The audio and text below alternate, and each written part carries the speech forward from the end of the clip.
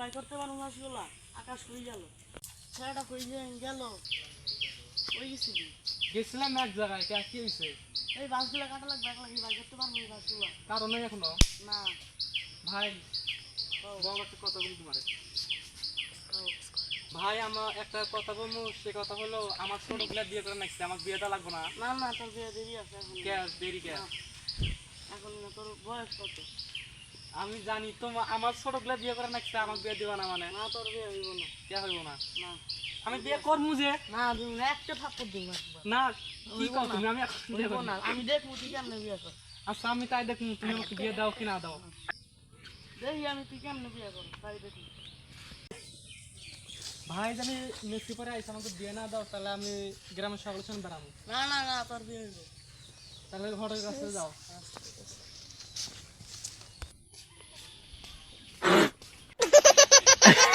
ভালো আমার ছোট হলে একটা পাত্রী দেওয়া লাগবে একটা পাত্রী আচ্ছা দাও। ঠিক আছে দাও